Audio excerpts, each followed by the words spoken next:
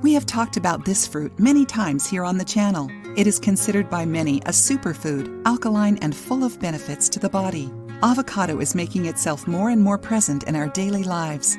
In a recent video, we showed you 5 foods that are good for your brain and suggested that you should eat avocados if you want to improve your concentration, since the fruit is rich in monounsaturated fats and other fats that are beneficial to our bodies. And one of the suggestions we made was to change the traditional mayonnaise for an avocado-based mayo. So in today's video, we will teach you how to make a delicious avocado and cilantro mayo with few calories and lots of flavor. Want to make your dishes even tastier? Write down the ingredients. 1/2 cup of sour cream or natural yogurt, 1 avocado, ripe, 1 handful of chopped cilantro, 1 garlic clove, chopped, 2 tablespoons of lemon juice, salt to taste, black pepper to taste. Directions.